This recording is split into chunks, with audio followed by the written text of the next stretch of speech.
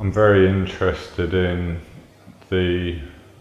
what I call the double empathy problem and the two-way issues and reciprocity between people of differing dispositions, as I call it, and how that lack of understanding can be quite a significant thing in escalating problems, and understanding the autistic way of being and thinking, perceiving in the world, and kind of gaining access to that and building rapport with people through that, a bit like Phoebe Caldwell's kind of work in intensive interaction kind of area, I think is much needed. As I said earlier, another way in which people can achieve flow-like states is in social interaction, like with a well-acquainted close friend. And this is often taken for granted by most non-autistic people because it's something that's found on a frequent basis. But in a sense, it's a bit of a rarity for at least many people on the autism spectrum. Getting that social recognition and connection. A while ago I had a conversation with Phoebe Caldwell, which I'm sure you should have heard of. And she was saying a thing which more non-verbal autistic people and learning disabled people, she was suggesting that people underestimate all the time is how lonely they are and how much there's a need to engage with other people on their own terms, be understood, feel respected and listened to, and the rest of it. And because they might not be able to voice that, and they might behave in various unconventional ways, people might miss out on that. And she said sometimes even when people are sort of grabbing and pinching stuff and getting an emotional reaction, in a sense it's getting a connection with another human being. So if that's the only connection they're getting, is kind of a bit of it can spiral into more problems. But if one can kind of connect on their level, as Phoebe Caldwell in intensive interaction stuff tries to do, then you can get people into a kind of social flow and stress can drop. So it can be just a bit more difficult to find, and that's because of what I've called the double empathy problem, which is a phrase I've been using for many years now, but I kind of wrote it into a paper in 2012. And it suggests building bridges between autistic and non-autistic people and dispositions are not always an easy process, but this is a two-way process. Due to the different perceptual worlds of autistic and non-autistic people, which are all very varied even within those groups. And empathy and reciprocity, being a two-way street, have been talked about by autistic writers for well over 20 years now. And then the theory that I put around this was it's not the autistic person alone who's struggling to read the intentions and motivations of non-autistic people, but something similar at least can be said in reverse. Theory of autistic mind, if you like, can often leave a lot to be desired. Otherwise you wouldn't have books, courses, conferences, research, courses like this, trying to help people understand this different way of being. So, an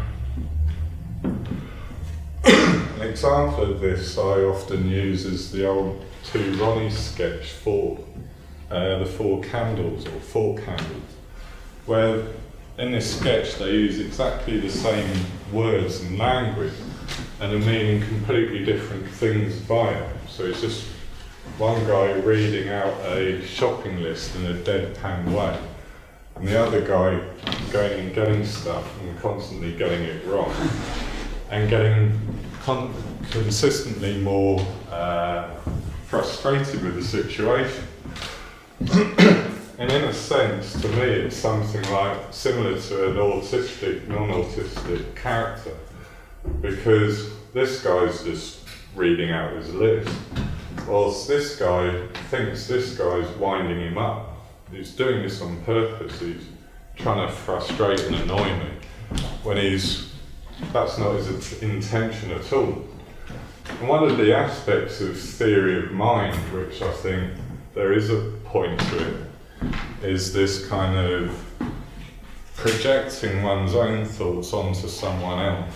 Autistic people do this, but perhaps less so, or might be a kind of different process going on, because it's often this guy rather than this guy is doing that kind of projection.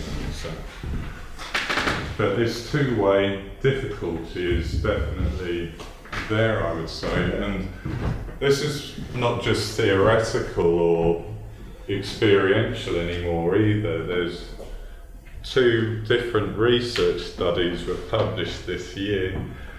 One was a group at Birkbeck Uni, another at Nottingham Uni, which found this to be the case in experiments. So they found non-autistic people watching videos and stuff like that of autistic people were struggling to read their emotions and motivations that had been previously written down and stuff.